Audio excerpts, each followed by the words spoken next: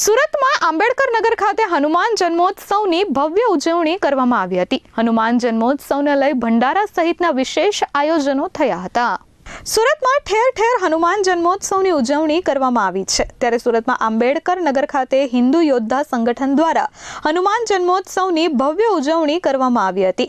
વિશેષ આયોજનો, ભંડારા અને મહાપ્રસાદનું આયોજન કરવામાં આવ્યું હતું। સંગઠનના પ્રમુખ સુનિલભાઈ મરાઠીના નેતૃત્વમાં આ આખું આયોજન કરવામાં આવ્યું હતું। દર વર્ષની જેમ આ વર્ષે પણ 3000થી વધુ શ્રદ્ધાળુઓએ મહાપ્રસાદનો લાહવો લીધો હતો। મહિલા પ્રમુખ તરીકે સેવા આપતા મહિલાઓએ જણાવ્યું હતું કે અમે ખભે ખભો મિલાવી આ સેવાનું કાર્ય કરી રહ્યા છીએ। जी मारू नाम प्रवीणभाई मगनभाई जामलिया। सर अमे आयोजन कम से कम 30 वर्षથી કરીએ છીએ, 30-31 વર્ષથી। અમારા મોલ્લાના આયોજકો અને અમારા મોલ્લાના જે યંગસ્ટર છોકરાઓ જેવા કે અમારા મોલ્લાના સિનિયર જે અશોકભાઈ, બીજા અમારા સુનિલભાઈ, એવા અમારા રાકેશભાઈ, ગૌતમભાઈ, એવા ખરેખર મોહલ્લાના છોકરાઓ જે સંજીવભાઈ, એવા તમામ ભાવિક ભક્તોને મળીને ખૂબ જ સેવા આપીએ છીએ અને હનુમાન જયંતિનો ખૂબ જ સારામાં સારું આયોજન આટલા વર્ષથી કરીએ છીએ।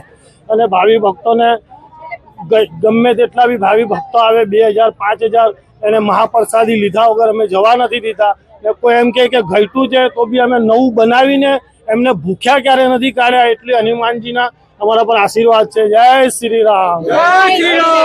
મારું નામ અશોકભાઈ ડાયાભાઈ ચાવડા। આ આંબેડકર નગર વિસ્તાર કહેવાય અને આ હનુમાનજીનું મંદિર છે, લંગડિયા હનુમાનજી। લગભગ અમે 30 વર્ષથી આ આયોજન કરીએ છીએ અને ભાવિ ભક્તો લગભગ અમારા ત્યાં સારા આવે છે।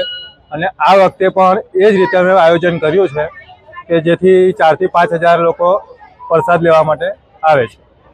Bureau report S24 news, Surat.